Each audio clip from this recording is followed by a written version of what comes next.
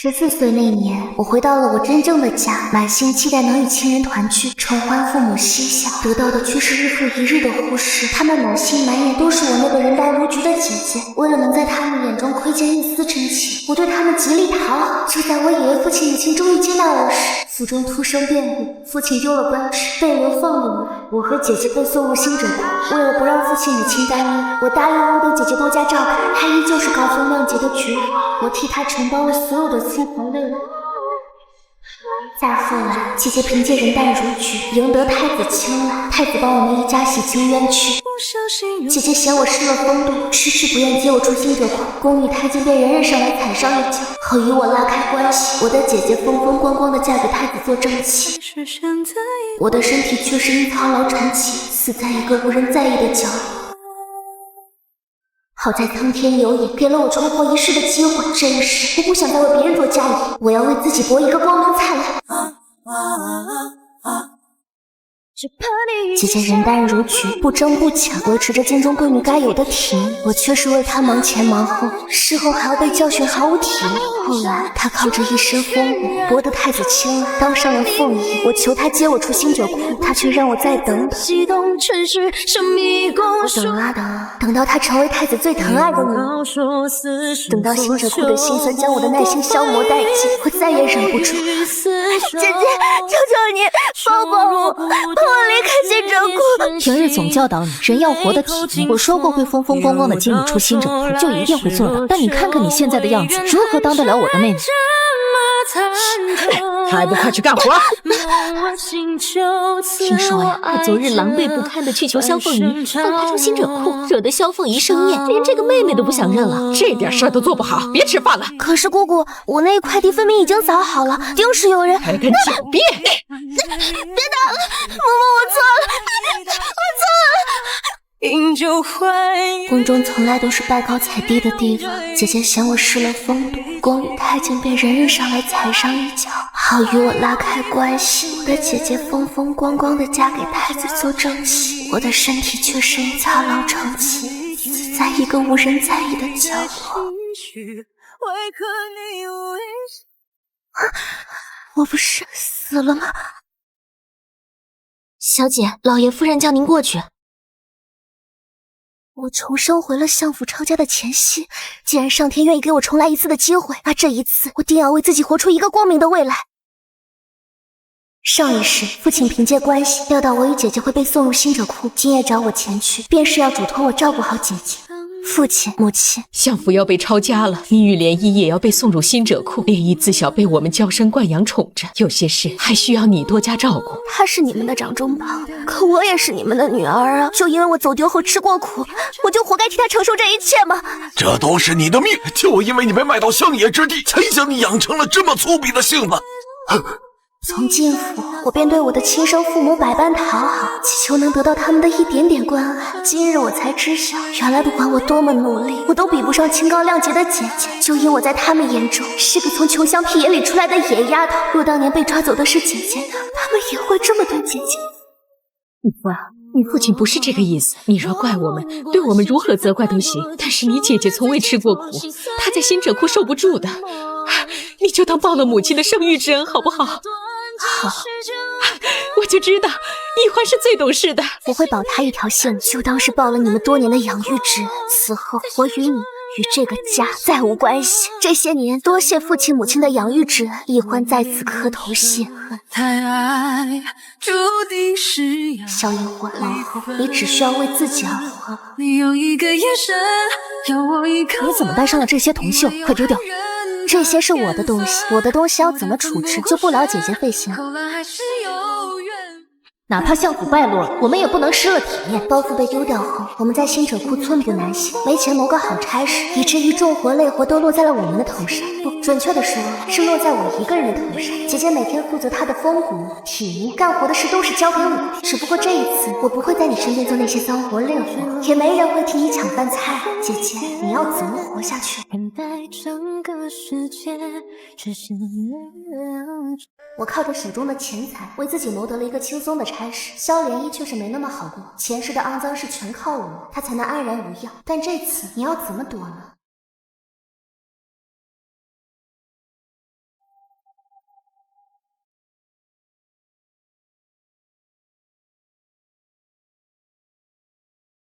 我的馒头分你一半，是吧？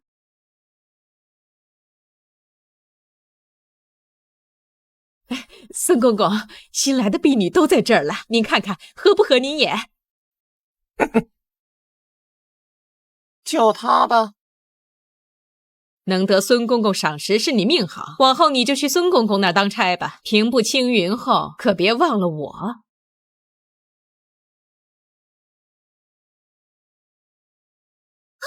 放开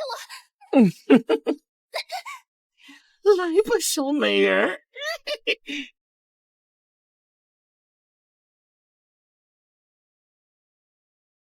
味道不错，今晚记得洗干净些。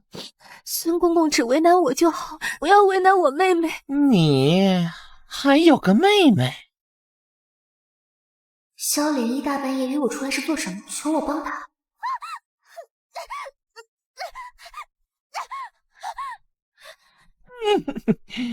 小美人儿，你比你姐姐香多了。小美人放心，我会轻点对你的。孙公公是好色之徒，前世为了不被看上，我将马尿涂抹在我与萧涟依的身上，才保下了名节。如今既然落在我手里，就当给那些被你玷污过的女子一个交代吧。纵使我恨极了她，自始至终也只不过坐视不管。从没想过要加害于我，没想到他就想毁我清誉。萧涟依，这笔账我记下了。当真是有趣极了。将他带去慎刑司审问。公公抓我，总要有个理由吧？昨日孙公公命我以我的名义将你约去荷花池，今早有侍女发现孙公公溺死在荷花池。妹妹，你杀人了！昨日你确实约我前去荷花池，但我早已与萧家断了往来，也不想与你扯上关系，便不曾赴约。谁人不知父亲母亲待你我极好，这桩谎话谁会信？我信。昨日饭后我头痛发作，偶然遇见了他，他便将我扶去了住处，悉心照料，直到天微亮才回。这么好的人，怎会犯下杀人的罪过？公公是不是弄错了？张嬷嬷说的有理，你个贱人还敢狡辩，拖下去！不是我做的，真的不是我。到了，进去吧。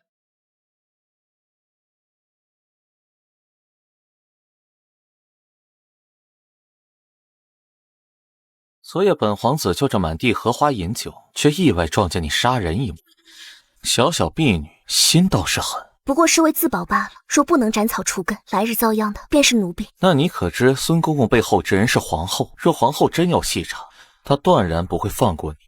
皇城之内，若想存活，必先有所依托，方能立足；没有，就只是死路一条。奴婢愿誓死效忠殿下，求殿下垂怜。不就是靠山吗？以前你没有，现在你有了。此后我就是你的靠山，再无人敢欺女如你。萧涟依因我的求情，并未受罚。传闻谢景城为静心辅佐太子，连个妾室也不曾纳，我倒成了他唯一的枕边人。妹妹，你怎么能当那谢景晨的侍妾？你这样自甘下贱，会一辈子抬不起头的。大姐姐认为我应该怎么做？若不能做正妻，我情愿嫁匹夫，草草一生。没想到在姐姐眼里，皇子竟比不上那草莽匹夫。你既愿与匹夫结成连理，那本皇子就为你赐一桩婚事。城南张府家有个瘸腿马夫，本皇子将他赐给你，如何？萧涟依若真嫁给马夫，只怕一辈子都抬不起头。但我不想就这么轻易放过她。姐姐蕙质兰心，怎么嫁给马夫？方才定是玩笑话。是了，正如妹妹所言，奴婢并未有诋毁皇室之意。你既说是玩笑话，本皇子自不会当真，还不快滚！剃头，为什么放过他？我更想将他留在身边，让他在泥里见到风光无限的我。很衬你。翠兰，我们凡事只能靠自己，我们能独善其身就很好了。离不离开仙者库有什么关系？说的好听，你这几天的脏活累活都是我在干。早知道你是这种人，当初我就不应该出钱搭救你，就应该让你去做最下等的活儿。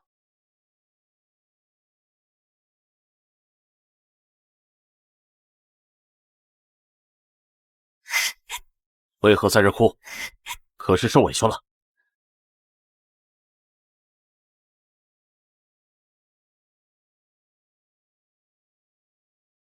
哎，听说了吗？太子殿下要纳妾，而且纳的还是新者库的一个婢女。我还听说他有个妹妹，如今是谢景琛的妾室，也是从新者库出来的。这姐妹俩可真有福气啊，可不是吗？上一世若非我为他打点铺路，他连太子的面都见不到。但这一世，他是如何会搭上太子这条船的？谢景琛果真料事如神，太子敛财确有其事，只不过我们去的晚了，证据都被销毁。但若是深查下去，定能查到些什么。去做吧。好在太子求情，连皇上彻查，父亲母亲才能有洗清冤情的一日。可惜皇上定下为我施定下职的罪名，不能入朝为官呢。只要一家人团团圆圆的在一起就足够了。你们怀疑太子敛财别有用意，那你们可有什么证据？我们确实证据早已被销毁。没有证据的事从何查起啊？江南水患，百姓流离失所，太子在城外10州一斩，你却在这挑起前域之争。你眼里还有皇兄，还有朕这个父皇吗？罚你禁足2个月，好好摆正自己的位置。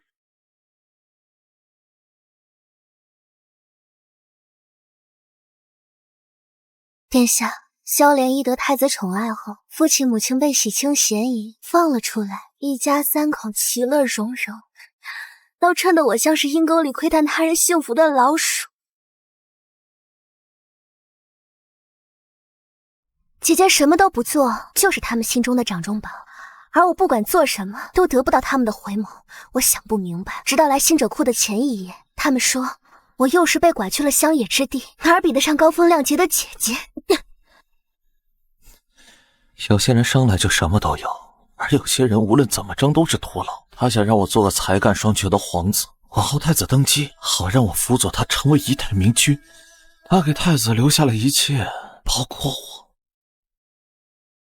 既然不管做什么都无法得到他们的舐犊之情，那我们干脆不要了。世上既有舐犊之情，也有莫逆之交，还有风情月意。你说过想看看我能爬多高，我想成为皇后，一人之下，万人之上，你信不信？知道你最吸引人的是什么吗？我在你身上看见了向上爬的野心，还有即便世道不公，也依旧有爬起来再战的决心。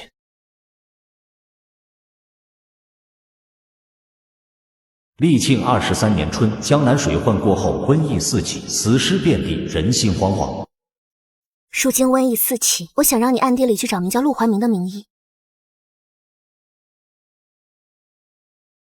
前世水患过后的瘟疫遍布了皇宫，好在有个叫陆怀明的神医研制出了抑制瘟疫的药方，才遏制了这场瘟疫，定要将他带回王府保护起来。城外也要开粥铺设驿站，对下人的月钱也要翻1倍。见过你心狠手辣的一面，没想到还有副菩萨心肠。我又是被人牙子拐去，买我的村妇最终只能将我卖给别人过活，离开的那段路让我毕生难忘。每走10里路就会有一具尸体，饿死、病死或被人活埋都是有的。我马上差人着手准备，减其伤亡。城外瘟疫着实令我不安。采莲，这个月所有下人俸禄一律减半，将这些钱捐去南山寺，用作祈福。上苍见小主此种善举，说不准瘟疫也就散了。只希望这次瘟疫能早些过去。站住！这波斯来的茶具，你送去给谢景琛那位妾室，她毕竟与小主是同胞姐妹，也算是一份心意。哼。我们小主与您是同胞姐妹，特意让奴婢将这波斯进贡来的茶具给您送来。外头烈日高照，还辛苦你跑一趟，都是奴婢该做的。既无事，那奴婢先告退了。不急，我这有上好的龙井，赏你了。这不合规矩。小主饶命！我这是彩和姑姑命我将这染上瘟疫的茶具送来，奴婢不敢不从啊。真不愧是我的好姐姐啊。小主心善，此等害人之事必定不是小主所为。哼，下人的一言一行皆是代表了主子，更何况还是近身的奴婢。下人行事不端，要么是主子无能，要么就是主子受益。听闻你们小主为向上苍祈福，连你们下人的银钱都能克扣。你若是帮我做事，我不仅将你缺的那份银钱补上，我还能将你的银钱翻上1倍，让你有钱给家里补贴。说不帮，陷害我的代价就是死路一条，你自己选。我想活着，求教主救我。提笔写词寥寥几句，心里思绪何时能再遇？无恙的兰花开了，瞧着好看，想着小主喜欢，特意给小主送来。你有心了。小主，外头风大，该回去了。你给的银钗圈住了回忆，乱了思绪，让我无法再落笔。还要离别几次寻寻觅觅，才肯此生和你再相依。一个好消息，一个坏消息，想先听哪个？先说说好消息。好消息是你要找的神医找到了，坏消息是萧莲姨怀孕了，并且父皇很满意这个孩子。称不上什么坏消息，是不是太子的还犹未可知。愿朕的皇孙顺利降生。父皇，莲姨为儿臣天子实属不易，儿臣想将她抬为平妻。朕准了。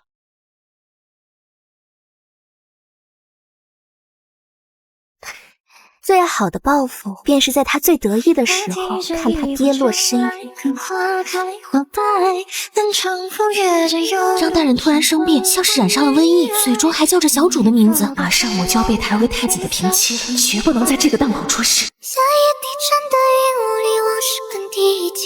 我怎么会在这儿？啊，不是你叫我来的吗？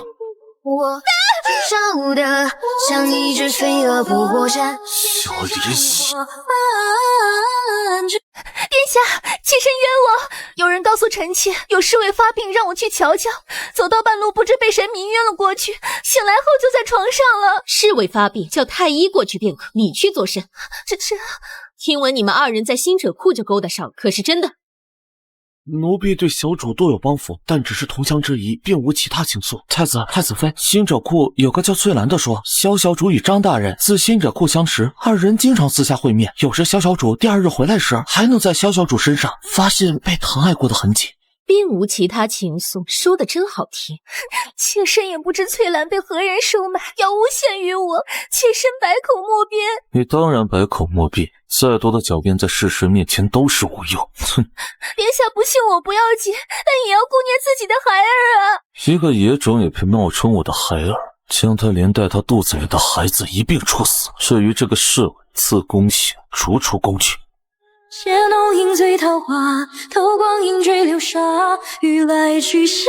就你在新者库欺负林小主，我定让你好看！住手！落日淡漠于人间，往后来我宫里做事吧。曾说天。历庆24年秋，景王以清君侧之名闯入皇宫，是要铲除奸臣。太子在这场战役中身死，皇后因受不住打击，一日之间患上疯癫症，景王称帝。昨夜仙人入梦，告知我，如今奸臣当道，上苍朕你降下天罚，仙人不忍百姓深陷水深火热之中，命我等奉谢景成为天子，天下自会太平安康。吾皇万岁万岁万万岁！谢景臣将那张仙人赐予的医治瘟疫的单子交给太医院，百姓无不臣服于他，而他许我的皇后之位也已实现，本是人间圆满。除了既已见了面，那就请回吧。妹妹，我是你的亲姐姐，你怎能这么对我？我怎么不记得我有个姐姐？进宫后你处处与我作对，更是不惜害我性命，毁我清白。自回家那日起，凡事争取利益都由我出面，在你眼里却成了功利心太强。你如今还想让我放过你？我可不像你那样人淡如菊，我只知道若不争不抢，所有东西都会离我远去。求你放了涟漪吧！我早已割舍掉了多年的舐犊之情，你如今是以什么身份和我说话？是草民管教不善，一切罪责都在于草民，求皇后娘娘饶恕孽子啊！既然这样，那我成全你，保他一条性，但他终身只能在狱中度过。